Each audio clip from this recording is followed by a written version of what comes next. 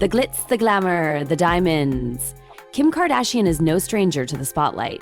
From reality TV to the red carpet, the world's eyes have always been on her. But there was one fateful night in Paris that turned her world upside down. 9 years later, she's finally ready to face the men who terrorized her, an ordeal that would scar her for life. It was October 2016, and Paris was in full swing with Fashion Week. A city known for its luxury, its allure, and for Kim, the perfect setting to flaunt her dazzling jewels.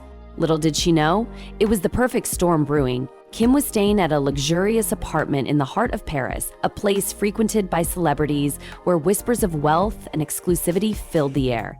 But there was a darker, far more sinister side to this secret haven. Behind those elegant walls, terror was about to unfold. In the early hours of October 3rd, 2016, the unimaginable happened. A group of elderly thieves, known as the Grandpa Robbers, orchestrated one of the most brazen robberies in recent history. They weren't just ordinary criminals. These men were in their 60s and 70s. Despite their age, they knew how to strike fear into the hearts of their victims. Disguised as police officers, they took control of the building, holding the concierge at gunpoint and forcing him to lead them to Kim's apartment. Inside the apartment, Kim was alone. Her bodyguard had gone to a nightclub with her sister Courtney, leaving her vulnerable to this cruel twist of fate. The robbers barged into her room, yelling at her in French. Their words were clear. "The ring, the ring." Terrified, Kim was bound and gagged, the weight of the situation sinking in. The reality of the situation was too much to bear. She later shared in an interview, "I kept looking at the concierge. I was like, are we gonna die? Just tell them I have children, I have babies, I have to get home." Kim's nightmare continued as the robbers made off with her $4 million zero-cents engagement ring, gifted to her by her now ex-husband Kanye West, and other priceless jewels. Their escape was swift. They fled the scene on bicycles, the sound of their wheels echoing in Kim's mind long after they were gone. The heist left Kim shaken, but miraculously unharmed.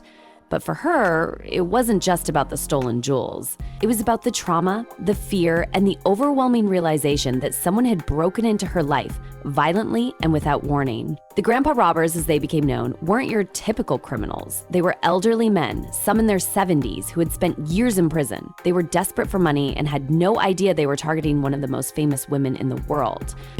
La nuit du 2 au 3 octobre 2016, en fait, il y a une équipe de vieux voleurs assez expérimentés qui se sont introduits dans la chambre de Kim Kardashian, dans un hôtel, un flat hôtel, qui s'appelle le No Address, hein, c'est pour Star, et qui lui ont dérobé sa bague de fiançailles offerte par Kanye West, qui valait 4 millions de dollars, plus 6 millions de dollars d'autres bijoux.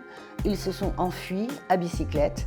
Et par la suite, ils ont échangé les bijoux en Belgique, à Anvers, et ils se sont fait attraper en janvier 2017. Kim's experience was terrifying, to say the least. Ah mais Kim Kardashian, elle a eu la trouille de sa vie. Elle a été terrorisée parce qu'elle pensait, quand deux types sont arrivés déguisés en policiers, encadrant avec une arme, encadrant le veilleur de nuit, menotté, elle a cru, elle, que c'était des terroristes qui étaient venus l'enlever.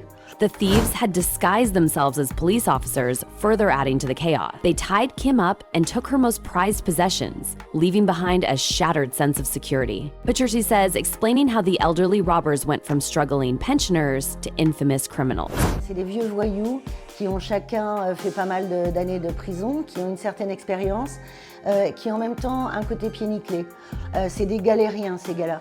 En fait, ils avaient tous entre 60 et 72 ans à l'époque. Ils ont eu ce tuyau un peu par hasard dans un bar du Marais. Ils ont su qu'une Américaine venait à la Fashion Week à Paris avec tous ces bijoux qu'elle les exhibait sur les réseaux sociaux. Un jeune leur ont montré ces bijoux. Les vieux ont été totalement épatés quand ils ont vu cette bague à 4 millions de dollars.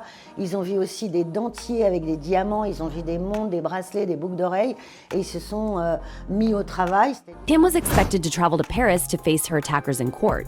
For her, this wasn't just about seeking justice. It was about confronting the fear that had haunted her for so long. The trial would last for nearly a month, and she would finally get her chance to share her side of the story. It took nearly 9 years for justice to come. The trial, which began on April 28, 2025, was long overdue.